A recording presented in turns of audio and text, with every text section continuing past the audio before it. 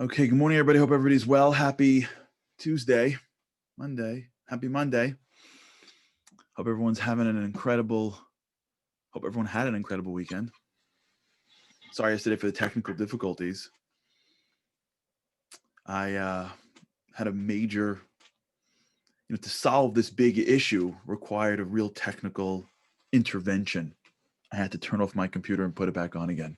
It's amazing how that happens, right? The solution to our problem sometimes is just turning it off and putting it right back on. So I think we're good now. Andy, you'll let me know if we are good. And sorry yesterday for the complications. We were talking about this concept, this tension between being a giver, an unconditional giver, and being taken advantage of. And where we ended off yesterday was this concept that there really are two levels of giving. Well, there's multiple levels of giving. And when I say levels, there's hundreds of sub-levels in between each major level. But giving is a great thing no matter what. But there's giving that's really an exchanging. I'm giving to you, and in a way exchanging for something that you have from me. When you see somebody dating, most of the time, if not all the time, when they're in the world of dating, they're not really giving, they're exchanging. They're exchanging feelings, they're exchanging actions for words and words for actions. It's an exchangement that's taking place. It's just taking place through the platform of giving. And this takes place a lot. It takes place in negotiations all the time. When people sit down to do business, they're giving. I'm going to give you this, and you'll give me this, and I'll give you this, and you'll give me this. And I'm going to take care of this for you, and it's going to be done at this time, and it's going to be a nice bathroom, and I'm going to put this in, and put this in, and put this in, and you're going to give me money, right? It's an exchanging. So the giving really is an exchanging. And as life goes on, we do this sometimes. We get used to getting something back in return. So we're really exchanging the gifts. Transactional relationships, very good. Now, when you're living in a world of transactional relationships, you seem to count. You ever hear a friend say, well, he didn't come to my thing. He didn't get me something on my birthday. When it was my turn, he wasn't there. When you hear that language, what you're in is a transactional relationship. We were friends until you didn't show up to my thing. And because you didn't show up to my thing, then we must not be friends. Because that's how you show me that you're in this relationship is I'm giving to you, you're giving to me. It's only fair. Like, these are words, like it's only fair. By the way, this is totally fine to live life this way. I'm not knocking this. What I'm saying is that that's not the highest level of giving. The highest level of giving is giving because you recognize that the greatest thing you can do in this world is giving. Being a giver is the highest use of your life. The highest use of your resources and of your energies and of your breath and of your time is stepping into the role of being a giver. Yesterday, for those people that are football fans, was wild card weekend. So it was amazing for those who are paying attention and for those, especially for those who are, I would say, middle age, like I am. What's happening next week is the first time ever 2 40-plus-year-old quarterbacks are playing against each other, Tom Brady and Drew Brees, which in the world of football is insane because football usually is a sport dominated by, people in their mid-20s. How does somebody last? This is a quarterback. It's not being a kicker, right? He's a quarterback. He is a target at every single play. How does people last? How do people last in their 40s playing a sport? And the answer is because there's nothing else they'd rather be doing. The obsession that Tom Brady has with football means I don't care what I have to do. The greatest use of my time, the greatest use of my life is football. So I'm going to try to hold on as long as possible. If you know anything about Tom Brady, you know that that's exactly how he lives his life. He lives and breathes, right, 24/7 365 days a year football. And so as a result, he's able to play football at a high level. The greatest use of our life is giving. We know it because that's when we feel like we're hitting it. When we are in the mode of giving, we feel different than we're in the mode of taking. So if all I have around me are transactional relationships, I'm not really living my fullest. Because my fullest is being a Pro Bowler at giving. In fact, what I should be doing my whole life is perfecting the trait of giving. That's my purpose. That's the stance that I stand in which the details flow through. That's how I connect most closely with my Creator.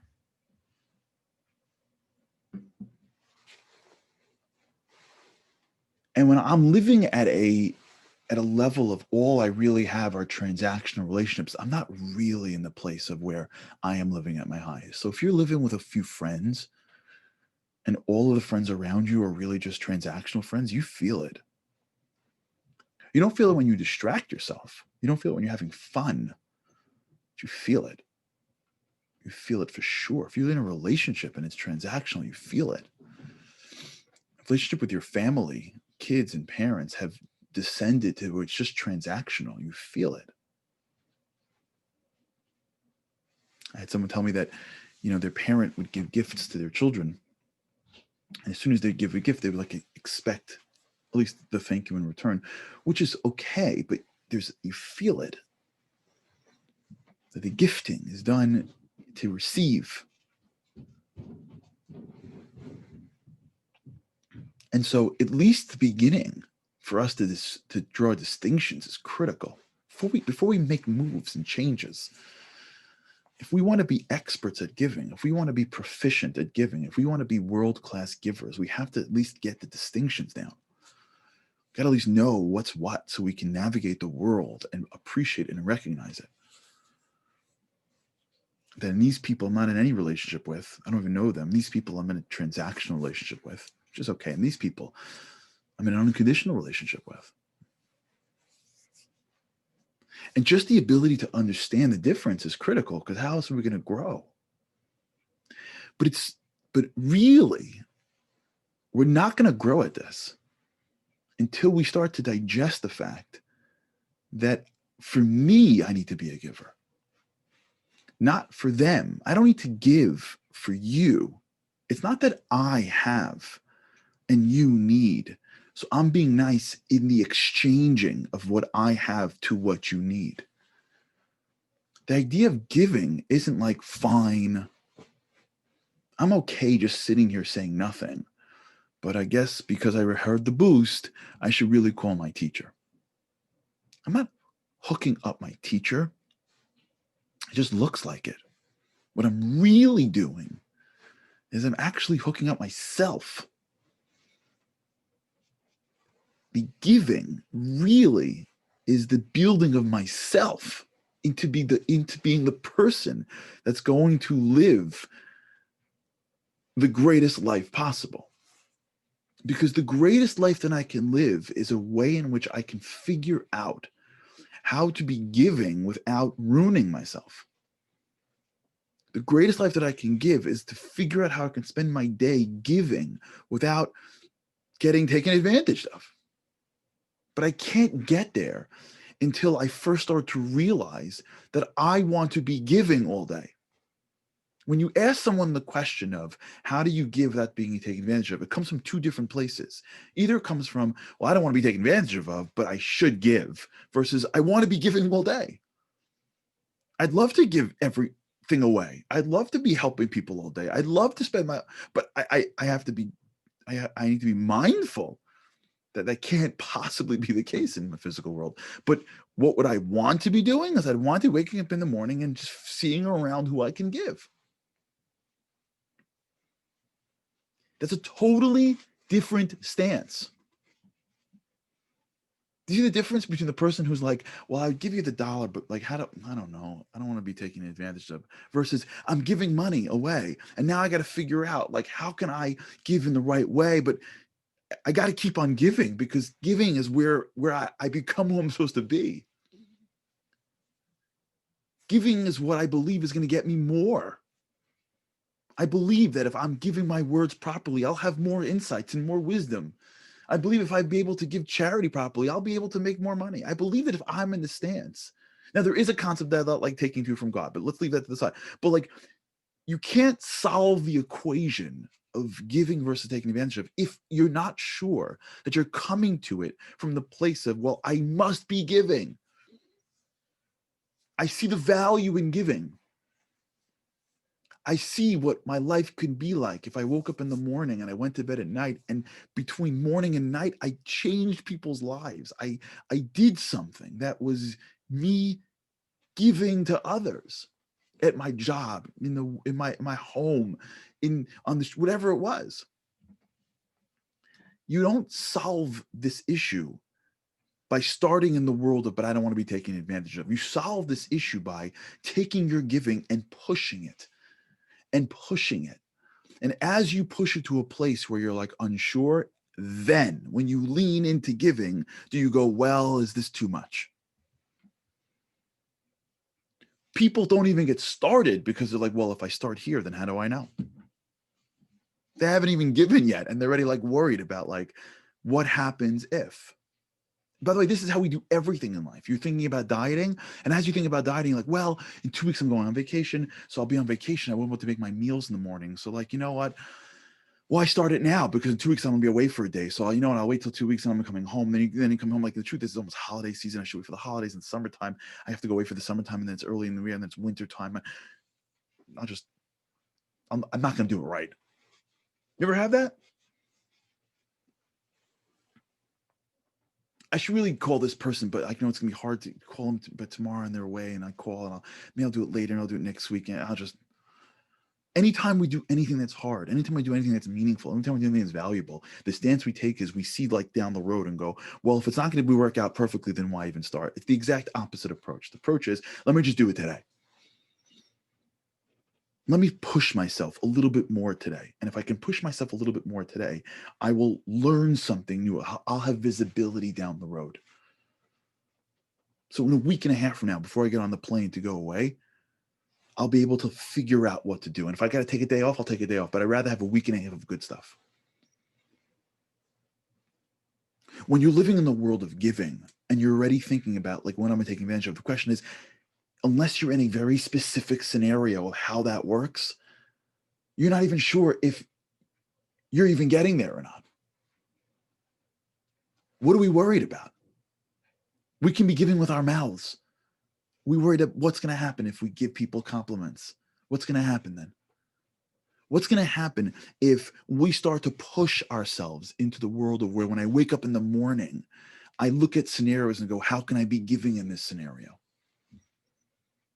What's going to happen if I go through my day, and as I go through my day, I'm checking in my own mind and journaling, in this scenario, what would be the high road? And what would be the consequence of the high road? I had a dispute with somebody, and it's a matter of a few dollars. What's the dispute here? How much are we talking about? What's the consequence of me being able to go above, and how much is it going to cost me?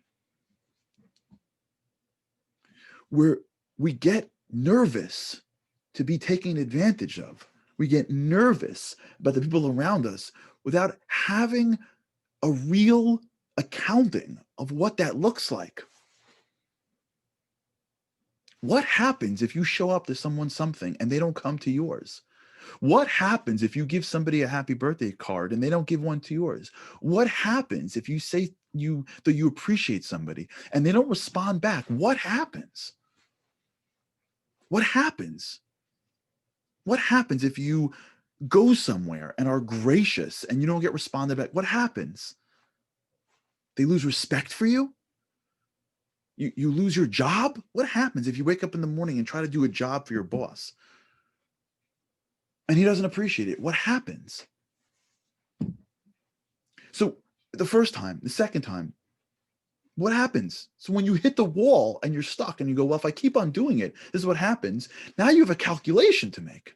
Okay, now we're getting there. We're going to get there. But I don't want to get there too quickly because we lose half the road. We're going to get there. We're going to get through it. I don't want to be like, well, what happens then? I got it. We're going to get there. But I want to take a minute for us to understand this, that so much of what we restrain ourselves from doing is in anticipation of someone taking advantage of, when the truth is we haven't even gotten there yet. We haven't even walked down that road yet.